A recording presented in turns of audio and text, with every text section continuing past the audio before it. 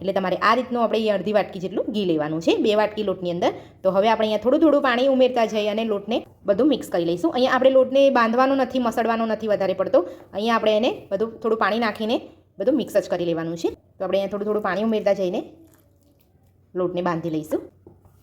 તો તમે જોઈ શકો છો અહીંયા આપણે લોટ બાંધી લીધો છે અને આ રીતનો જ આપણે લોટ બાંધવાનો છે. અને આપણે આટલો લોટ બાંધવા માટે મને અહીંયા અડધો ગ્લાસ પાણીની જરૂર પડી છે. તો હવે આ લોટને આપણે 10 મિનિટ ઢાંકીને રહેવા દઈશું. મિનિટ થઈ ગઈ છે તો હવે આપણે લોટને જોઈ લઈશું. હવે આપણે એના 2 ભાગ કરીને આપણે વણી લઈશું.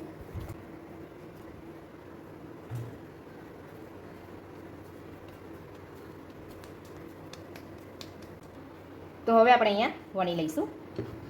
તો આપણે અહીંયા મીડિયમ થીક રાખવાનું છે, બહુ જાડું નથી રાખવાનું.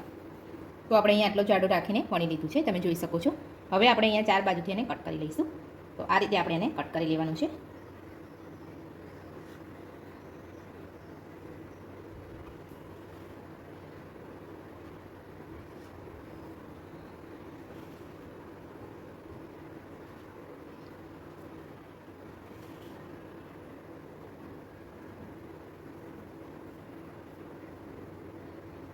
તો આ રીતે આપણે અહીંયા કટ કરી લીધું છે. તો હવે આપણે અહીંયા શક્કરપારાનો શેપ આપી દઈશું.